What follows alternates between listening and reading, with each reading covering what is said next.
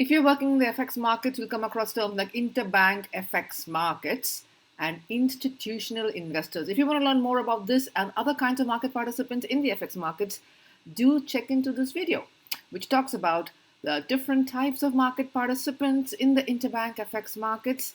The second lesson on Forex markets takes a look at the different categories of market participants in the interbank FX markets.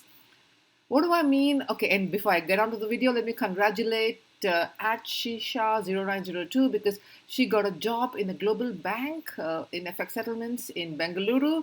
Congratulations. My best wishes to you for your new career. The interbank FX market takes a look at corporates, the role of the corporates in the interbank FX markets, institutional investors who are great participants and very large voluminous participants in the interbank FX markets, the prime brokers and the dealers who literally rule the market, and the regulator who monitors and ensures currency stability. In this video, we're going to take a look at institutional investors and their role in the interbank FX market. The interbank FX market. What do I mean by interbank? Interbank means it is between two banks or between two institutional investors. This market does not have a physical existence, unlike a stock exchange. So while a stock exchange has got a physical existence and presence, etc., the interbank FX markets literally exist in the IT space. Okay, this decentralized trading is therefore another norm for OTC markets or over-the-counter markets. There's no physical presence. This is directly between two counterparties, and therefore there is an exposure between one counterparty on the other counterparty. If you understand that more, please take a look at the first video in this series. So this is the meaning of interbank FX markets. Institutional investors dominate the interbank markets.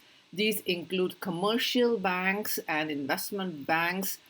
Commercial banks who take deposits from public and grant loans to the corporates are largest players in the interbank FX markets. They trade in the FX markets because they want to speculate on currency movements and make profits on them. Hedge funds with multiple currency exposures across different asset classes are the second largest participants in the interbank FX markets, and this is because they have a big exposure to multiple assets in different currencies across markets, and therefore they need to hedge these exposures in different stages of the currency forward contracts. Mutual funds are also dominant players on the FX markets because they need to cover their exposures in different currencies. Remember, mutual funds cannot speculate too much on foreign exchange. They need to hedge it, as opposed to hedge funds who can speculate much more on currency movements. Pension funds are funds that take in long-term funds from different investors and they deploy it in the foreign exchange markets purely for trading and speculation purposes. And finally, insurance companies who take premium from different insurance policy buyers use the money to trade in the FX markets to make a nice and tidy profit sometimes. The institutional investors dealing room comprises the interbank dealing, okay, that is bank to bank, and also the FX sales desk. So what is interbank dealing? Let's come back to my favorite hedge fund. Hurdy Hedge Fund has sold USD Euro 10 million at a currency conversion rate of 0.8550 to Goldman Sachs. This is the trading position. This is the currency that's involved. This is the volume of the trade. All tick marks, ticks marked across. Hurdy Hedge Fund is a institutional investor. Goldman Sachs is a bank. So see the size of the transaction, $10 million euro. It's a huge volume of trade. That is a characteristic of the interbank FX market. That is a characteristic of institutional investors. Large value transactions. Okay? Over here, clearly Hurdy Hedge Fund is not a bank, but it is still called as an interbank FX market. Okay?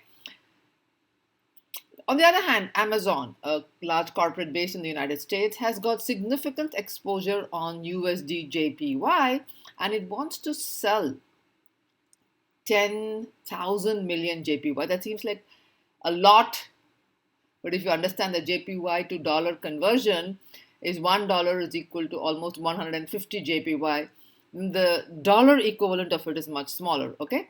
Over here, the bank is an institutional investor, but Amazon is a corporate client. Such a transaction is not an interbank transaction. It is a transaction between a corporate and a bank.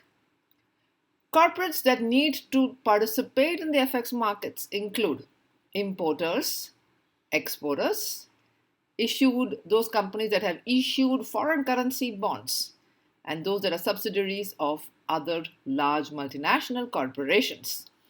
If you want to know more about the role of corporates in the FX markets, take a look at the next video that's coming up soon.